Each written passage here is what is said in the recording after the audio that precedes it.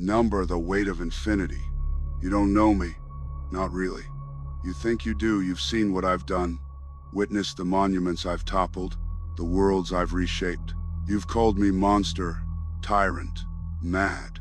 But you've never heard my voice without the filter of your hero's righteousness, without the convenient narrative that makes you sleep soundly at night. So let me introduce myself, properly, for the first and perhaps only time. I am Thanos, son of Alars, eternal of Titan, bearer of the Infinity Stones, the man who killed half of all living things with a snap of his fingers, and the man who would do it again, knowing everything I know now. But before you close your mind to me, before you reduce me to the villain in your simple story, I ask only this. Listen, not with your anger, not with your grief, but with the part of you that understands the universe is not kind, not fair, and that the hardest choices require the strongest wills. I was born cursed, not with deformity alone, though my purple skin and grooved chin marked me as different from the moment I drew breath on Titan, but with sight. Terrible, unrelenting sight. While other children played in the golden spires of my dying world, I saw the mathematics of extinction scrawled across every surface. Population curves spiraling upward, resources plummeting.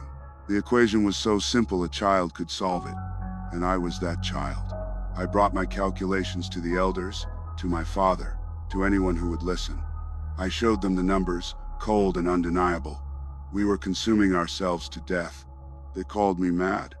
My own father, Alars the Wise, looked at me with something worse than anger-pity. They had solutions, they said. Technology would save us. Rationing. Off-world colonization. Empty promises wrapped in the arrogance of a civilization that believed itself immune to the laws of nature. And so I watched as every proposed solution failed, as every compromise crumbled, as the food riots began, as the water wars followed, as neighbor turned on neighbor in the final, desperate scramble for survival. I was off-world when Titan fell silent. When I returned, there was nothing. No golden spires, no laboratories, no fathers or mothers or children. Just tombs. Endless tombs under a dying red Sunday. The smell, I can still recall it. The smell of a civilization that believed itself too enlightened to face hard truths. And in that moment, standing among the bones of everyone I'd ever known, I made a vow. Never again would I watch the mathematics of extinction play out because civilizations were too cowardly to do what was necessary. You want to call that madness? Then call every surgeon mad who removes a limb to save a life. Call every general mad who sacrifices battalions to win a war. I became what the universe needed, not what it wanted, but what it needed. A will strong enough to do what others only whispered about in their darkest moments. A will strong enough to cut away the disease before it consumed the patient. I assembled armies. I conquered worlds. And yes, I killed billions upon billions. But not in rage, not in hatred. Each world, I balanced. I chose at random, perfectly random. Rich and poor, young and old, guilty and innocent. No biases, no prejudices. Just the cold, fair mathematics of survival. And do you know what I saw in the years after? I saw skies clearing. I saw children playing in waters that had been toxic. I saw fields yielding crops again. I saw life abundant, grateful life flourishing in the space I had created for it. But I was tired. My body bore the scars of 1,000 battles. My soul bore the weight of 1,000 genocides, each one necessary, each one correct, and each one carving another piece from what remained of the man I'd been.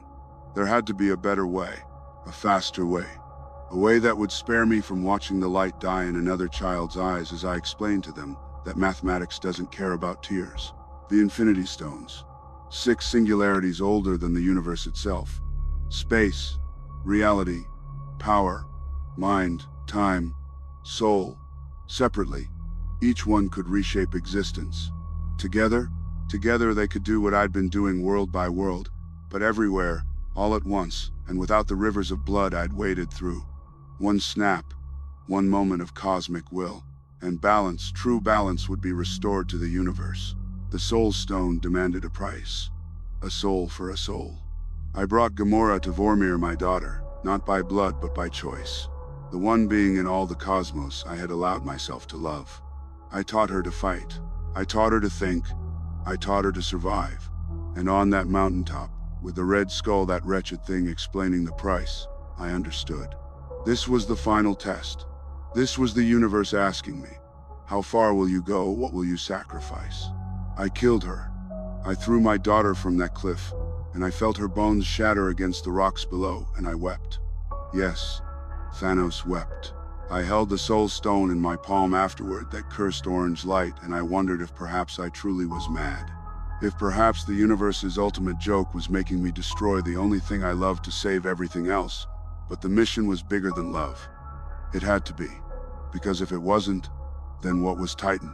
What were all those worlds? What was the point of any of it? I assembled the gauntlet. I felt the power of creation itself coursing through my veins, 6 infinities bound to my will. The Avengers fought me. Of course they did. They're heroes. Heroes fight. That's what they do. It's all they know how to do. They don't understand that some problems can't be solved with hope and courage and last-minute saves. Some problems require solutions that make heroes vomit. Thor buried his axe in my chest right here, and for a moment, I thought perhaps I'd failed. But he should have gone for the head. Everyone always makes that mistake. They aim for the heart. They want the dramatic moment. But I didn't need my heart to snap my fingers. The snap.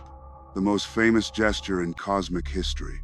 Such a small movement for such a profound result. I felt every death. Did you know that? The stones connected me to every soul that dissolved. 7,358,462,000,000 lives. I felt each one blink out of existence. The child in Wakanda clinging to his father. The soldier in New York reaching for his wife. The farmer on some nameless planet who'd never heard of Thanos or Earth or anything beyond his small plot of land. I felt them all. Their fear, their confusion, their final moment of existence. And then, silence. Perfect silence. I watched the sun rise on a grateful universe. The stones had burned my arm to char, fused the gauntlet to my ruined flesh. But I had done it. I had saved everything by destroying half of it. The hardest choice, the strongest will, the necessary evil that would be remembered as the greatest good. I retired. I became a farmer on a world so insignificant it had no name. I planted crops. I watched sunsets. I truly tried to find peace in what I'd done. But peace is for those who can forget. And I remembered everything. Every world, every face, every calculation, every daughter thrown from every cliff. They came for me.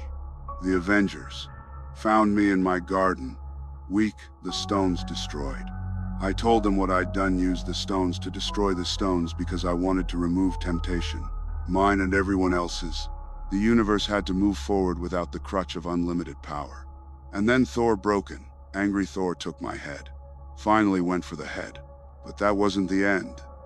How could it be the end? The universe is more complicated than simple death. There was another Thanos, a younger Thanos from 2014 who hadn't yet made the sacrifices, hadn't yet learned the painful lessons. He saw what I'd become, what he would become, and rejected it. Called me weak, soft. Said that he would not make my mistake of mercy. He would eradicate everything and rebuild it from nothing. Make a universe that wouldn't remember what it had lost. And I watched from wherever the dead watch from. And I understood. He was wrong. I had been wrong. Not about the diagnosis. The universe was still consuming itself, still spiraling toward inevitable extinction, but about the cure. You can't force balance through death any more than you can force love through chains. The universe resists. It adapts. It fights back. Life finds a way, as chaos always finds a way. And perhaps that's the point. Perhaps the struggle is the point. Tony Stark snapped his fingers. Killed me, the younger me, and my army. And himself in the process. A perfectly human sacrifice. Inefficient, emotional, illogical. And somehow it worked. Not because of the mathematics. Not because of the stones. But because he chose it. Free will, the one variable I could never fully account for. So here I stand, or sit, or exist, in whatever form the dead can address the living, and I confess to you, I don't know if I was right. I know my mathematics were correct. I know my logic was sound. I know that overpopulation leads to extinction. This is not opinion, it is fact. But I also know that I killed trillions. I know that I destroyed the only person I ever loved to serve a principle. I know that my grateful universe tried to undo my work the moment it could. And I know that a billionaire in a metal suit found a better answer than I did in all my cosmic wisdom. Does that make me a villain? Perhaps. Probably. Almost certainly. But villains are just heroes of their own stories. And I was trying to save you. All of you. Not from some alien invasion or supernatural threat, but from yourselves. From the slow, grinding mathematics of extinction that consumed Titan, and will consume Earth, and will consume every world where life spreads faster than resources. You hate me for what I did. You should. Hate is the appropriate response to genocide, even justified genocide, even necessary genocide. But I ask you and answer honestly, in the privacy of your own thoughts, what would you have done? If you had seen what I'd seen, known what I knew, held the power I held, what would you have done? Would you have found some miraculous third option? Or would you have made the hard choice? Or worse, would you have done nothing and watched it all burn, comforting yourself with the excuse that at least you kept your hands clean? I was born on Titan. I died on Earth. And in between, I tried to save the universe by breaking it. That is my legacy. That is my truth. I am Thanos, and I was inevitable until I wasn't. The universe doesn't remember me as a savior. It remembers me as a cautionary tale. Perhaps that's appropriate. Perhaps the lesson isn't that I was right or wrong, but that some problems don't have solutions, only choices. All of them painful, none of them clean. Perhaps the lesson is that power without wisdom is tyranny, but wisdom without power is just philosophy. And perhaps the lesson is that we're all just making it up as we go along, gods and men alike, hoping that our choices matter, that our sacrifices mean something, that the universe is more than cold mathematics and dying stars. I wanted to rest. I wanted to watch the sunset on a grateful universe and know that I had done what needed doing. But there is no rest for those who reshape reality. There is only the memory of what was, the regret of what might have been, and the terrible knowledge that you can never go back. You can only go forward, carrying the weight of every choice, every death, every moment when you chose the mission over mercy.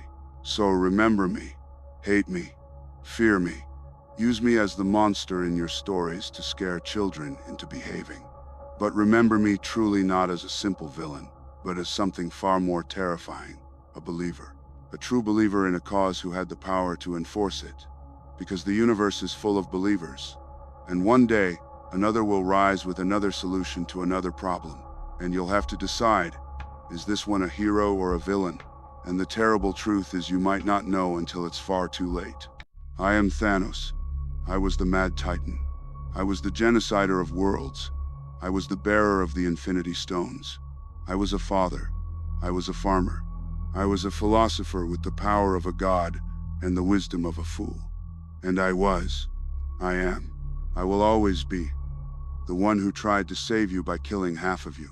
Forgive me, or don't. The universe doesn't care either way.